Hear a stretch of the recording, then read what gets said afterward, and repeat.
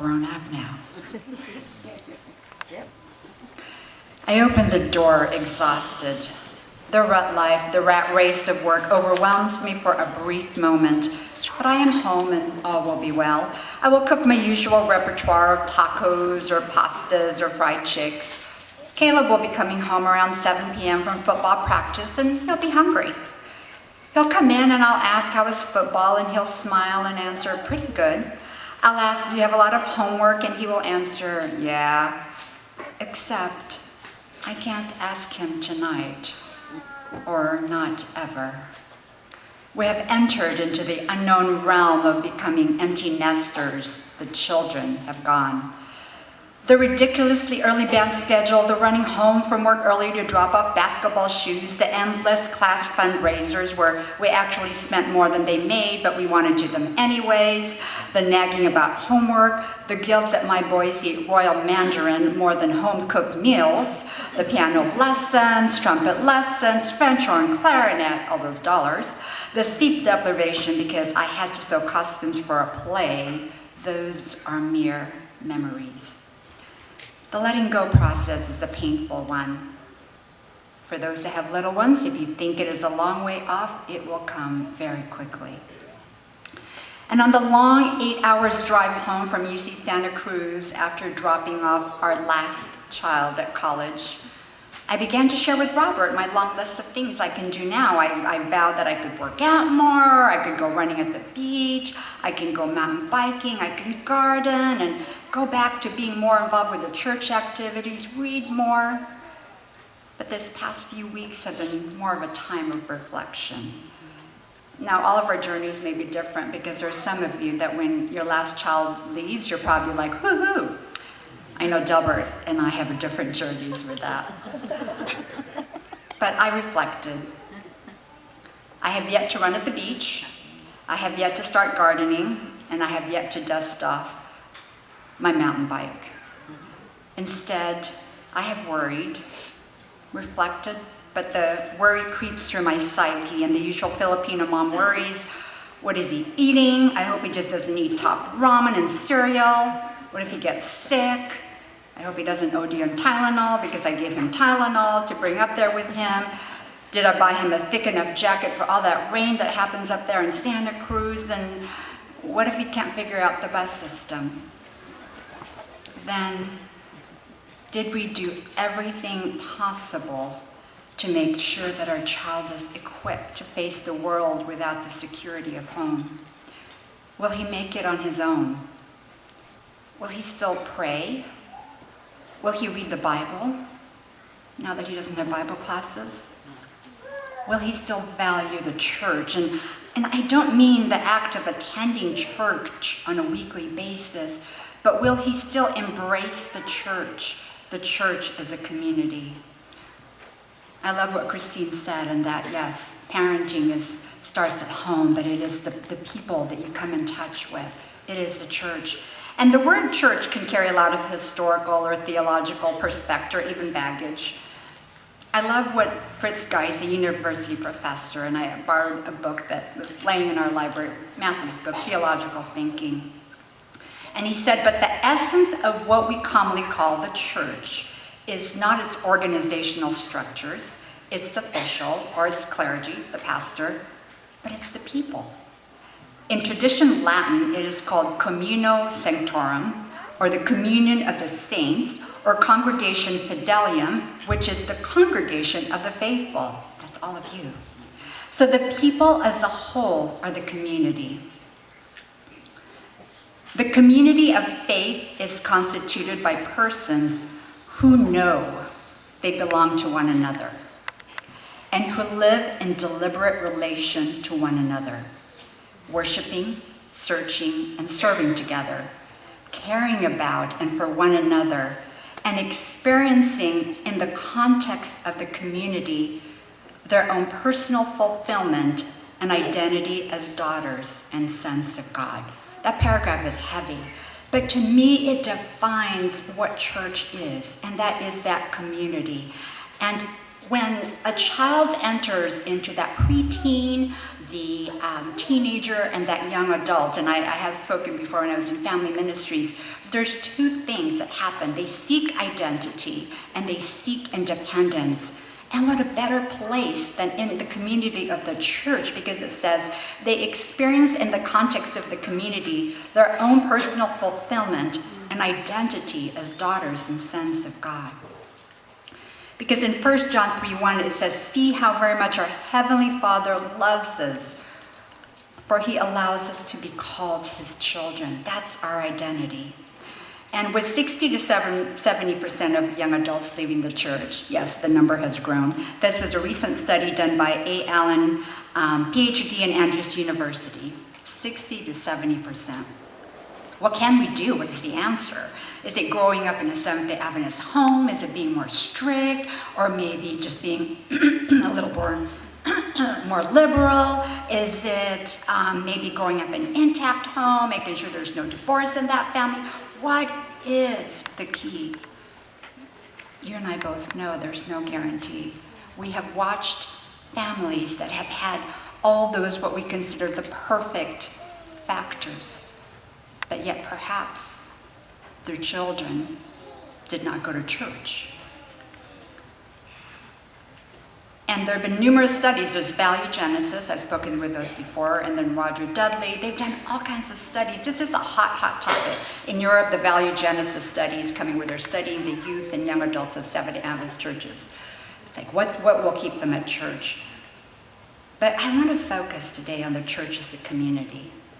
And even though Guy Fritz, the author up there, utilizes these words in the context of theological thinking, I love the simple words of worshiping, searching, and serving, caring about one and for another, and experiencing, because I really think that the church as a community is invaluable and it's the larger part of the answer.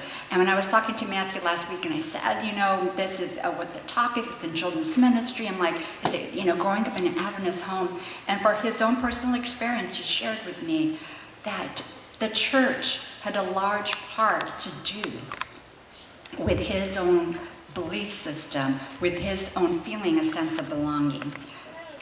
And I know that's up in the air for discussion. I remember, how on Facebook people disagree and there's all kinds of things flying around. Somebody had posted and said that a study showed that if you were involved in church, your children were more likely, or that was successful parenting, the definition of successful parenting. And somebody disagreed, and so there was a lot of things, but one of my friends, and I have known her for a few years, had said that the church in her dark time saved her. She had Seventh-day Adventist parents, but there was also verbal abuse going on in the home. And she said if it wasn't for the church activities in the second family within the church, she could have been lost. So how do we connect the dots? How can we become that community for our children as they transition in the difficult stages of their lives? They won't be little forever. I have just 3 points.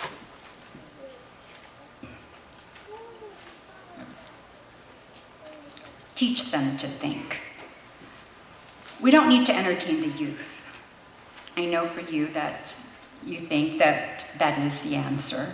We don't need to entertain them, my humble opinion. We need to encourage them to think. I know the burden of a lot of youth pastors, and I've spoken to some of them, is that parents, this is from them, that parents expect us to entertain their children. And a lot of times that is something that we fall to. I'm not saying that, youth programs and et cetera are not important. Absolutely not. But we need to teach them how to think. And Ellen White writes, and this was in 1923, that's how progressive she is. Allow no one to be brains for you. Allow no one to do your thinking, your investigating, and your prayer. That goes for us adults, and that goes for the young people. Allow no one.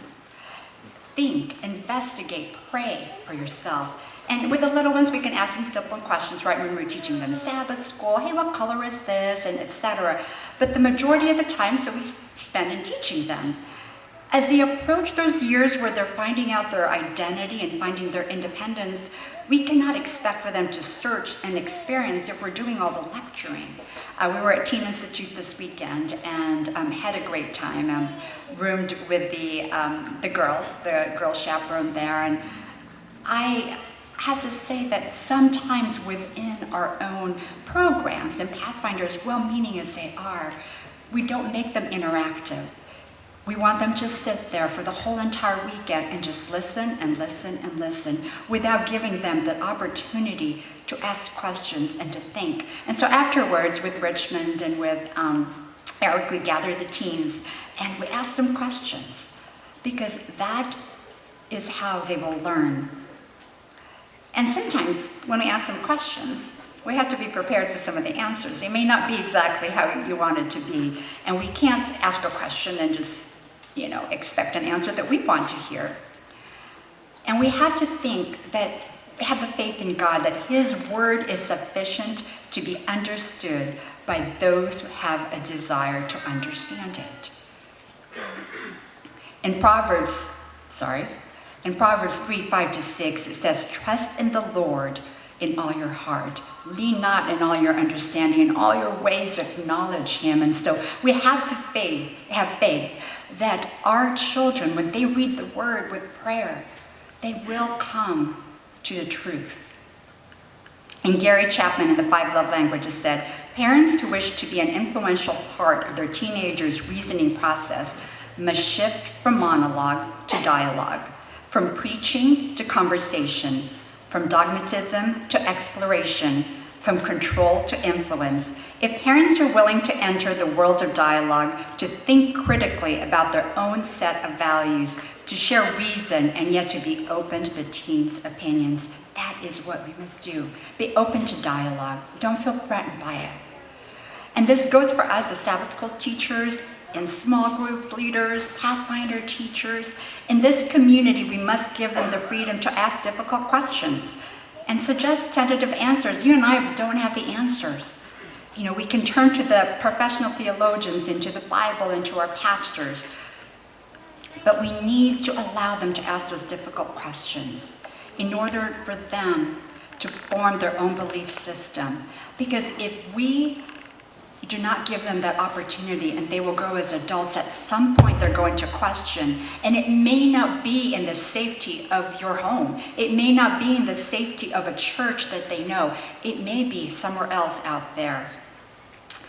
We all see things a little differently. I want you to look at this picture. It hangs in our house for some that have been there. What do you see? What do you see? Answers are okay. You can kind of shout it out. What? A wolf. Wolf, okay. Does anybody not see the wolf? Pretty obvious. Everybody sees things a little differently. If we looked at these pictures by Beth Doolittle, who does a lot of these hidden kind of things, it could be just, it was rocks. There were some also with horses, but it all depends sometimes on what your experience is, or what your mindset is, on what you see in the picture. And a lot of times, that's how it is with faith. And we cannot get stuck in tradition. The Jewish leaders gave more attention to matters of ceremony, is what Ellen G. White said in Desire of Ages. She said that under the training of the rabbis, the powers of the mind of the youth were repressed. Their mind became cramped and narrow. Tradition had, in a great degree, supplanted the scriptures. So we need to encourage everyone to join in the conversation to make sure that all the young people are treated with courtesy and respect. And the second point, in the worshiping and the searching and serving and caring for one another and experiencing, let's teach them grace. Larry Fowler, in the book Raising a Modern Day Joseph, writes, "Teach your children to respond with grace and mercy when wronged." And Joseph in the Bible was a master of grace, right? He forgave, he even forgot. Joseph named his first son Manasseh, and he said, it is because God has made me forget all my troubles. Forget all my troubles. How can you? He had so much troubles. And all my father's household, in Genesis 41, 51, and 52. And we've heard his story a number of times, but really think about it. Put yourself in his place. I mean, really, he was kidnapped by his own brothers. He was thrown in a pit and he was sold to be a slave. For all they know, he could have died and tortured. And yet, when his brothers came to him, when they needed him, he forgot. I mean, he didn't forget, but it was that forgiveness, it was that grace, it was that mercy. That's pretty heavy duty. I mean, we've heard it so many times, we've become numb to it, but if you think of your siblings and if they did that to you, and all of a sudden they come to you like, a few years later and need a favor from you, you'll probably hang up the phone and say, oh, forget it. But he gave them that mercy and that grace, and that to me is phenomenal. So, the word church that carries baggage for some of us, yes, the church has hurt some of us. The church has probably betrayed some of us. At age 16, I felt that betrayal of trust in an adult. But you know what? We need to choose mercy and grace. And I know for me at age 16, if I chose to just leave the church at that point, and not physically, because my parents still made me go to church until I was 18, but if I chose mentally to check out of church, I think I would have been lost. So that is the community of the church where we allow grace and forgiveness. And that is what we teach our children, our youth, our young adults. Because he showed that to us. And I know some of our children have made decisions that we feel are bad choices. But we need to embrace them like God embraces us. And we care for them so that they learn and feel God's grace, and they'll feel so much his grace that they're going to want to get to know him a little bit better. And the last point is teach them love. And to go back to the verse where it says in Psalms 86:5, you are forgiving and good, O Lord, abounding in love to all who call you. Hear my prayer, O Lord. Listen to my cry of mercy. So in our cry of mercy to the Lord, he shows us grace and he shows us love. And from that same book of Guy Friss, he said, the promising center for an Adventist theology is, I believe, the truth that God is universal and comprehensive love, rather than, for example, sovereignty or justice. That is the center of Adventist theology, that God is universal and comprehensive love. And he goes to point out that Ellen G. White, she had a 5-volume series called The Conflict of the Ages, and it begins and ends with these words: God is love. Ellen G. White put that in the very last words. So the universal love of God is self-giving and vulnerable, persuasive rather than coercive, always with us. Like what Christine sang, the power of the cross, I love that. And the memory verse that was read of where our treasure is, where we need to spend our time on. Everything else will go by the wayside, but the treasure that the Lord gave us are our children, and we must love them. And sometimes I know that in this generation of, we call them the millennials, and I don't know if some of you study generations, but the millennial generation is called that everybody gets a trophy generation.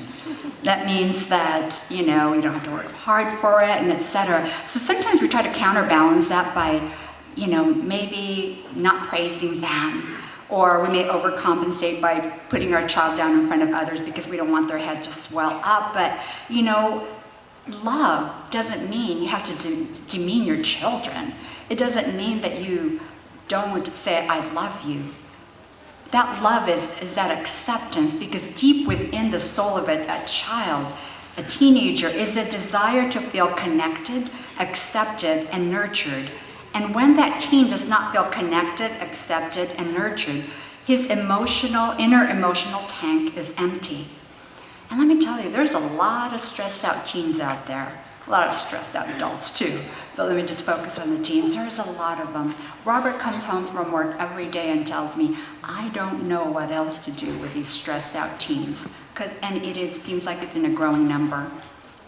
And I was listening to NPR that there is a high incidence of stress with young people in Korea, because in Korea it's so hard to get to a college and to get accepted to a university. So the preparation starts like early on, not even just high school, before that, because if you don't get into the university, you don't have a job, because their education is very different, it's very limited. So there's all these very stressed out young people, and the suicide rate is high.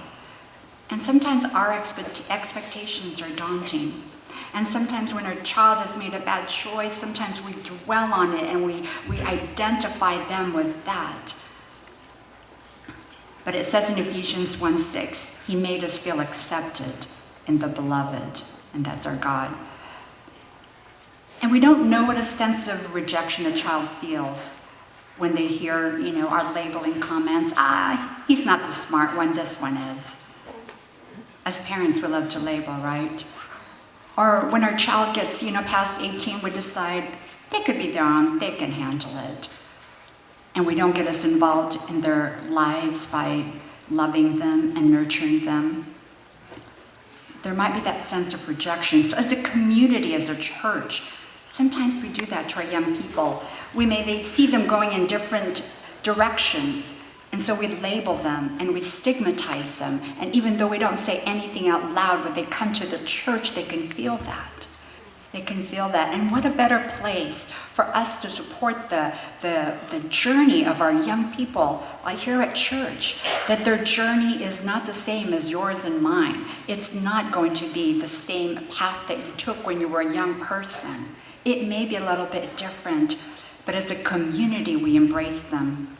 Because truly, the character of God really is love. Love that is always and everywhere actively involved in enhancing the experience of created reality. God is best understood not as this high-power sovereign, but as an infinite love. Not as a judge pronouncing sentence on a culprit, but as a passionately concerned parent welcoming a child home. God's power is not coercive and controlling, but attractive and persuasive. And God's justice is not the exercise of a supreme will, but the actualization of universal love. Because salvation is not a reward, it's a gift, like it said in 2 Corinthians 5:19. God reconciled the world to himself in Christ, not counting men's sins against them. So it pains me when I hear our children saying that they don't know if they're saved, if they don't know if they have the salvation. And it pains me to hear them say, I don't know if I'm ready, if the Lord comes tomorrow. Because salvation is not a reward for them doing every single thing right, but it's a gift. It doesn't depend on virtue. Love should be the center of the community of faith called our church. And so that maybe when our child leaves the home, they will still feel engaged in that community. And I want to read something I wrote September 19, 2012. And if you're my Facebook friend, you already read this, but allow me to say it, my prayer. I watch you sleep in my arms tonight, your infant hands I hold so tight. I'm still in awe of this new life, of hope and joy, despite the strife. Oh Lord, I thank you for this gift of innocence, purity, and tender love. May you guide us, Lord, from up above. To you, our little boy, we lift. I watch you run in the park today, your eyes so bright as you laugh and play. I watch that smile turn into cries, and I watch those little tear-soaked eyes. I watch you walk in the steps at school, your backpack light and your lunch pail full. You turn, you stop, and you wave. I fight back the tears, but I can't be brave. Oh Lord, I give this child to you, to wipe his tears when I can't be there. Shield him from life's bitter storms, and circle him with your loving arms. Today, I watch you drive away. I didn't say much. I didn't know what to say. A young man now, and it's time to go, to reach for your dreams and be bold as you do.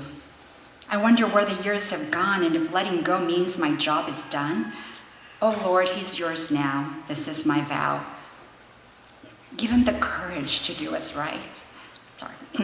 Give him the heart to be a light-giving peace when he feels lost.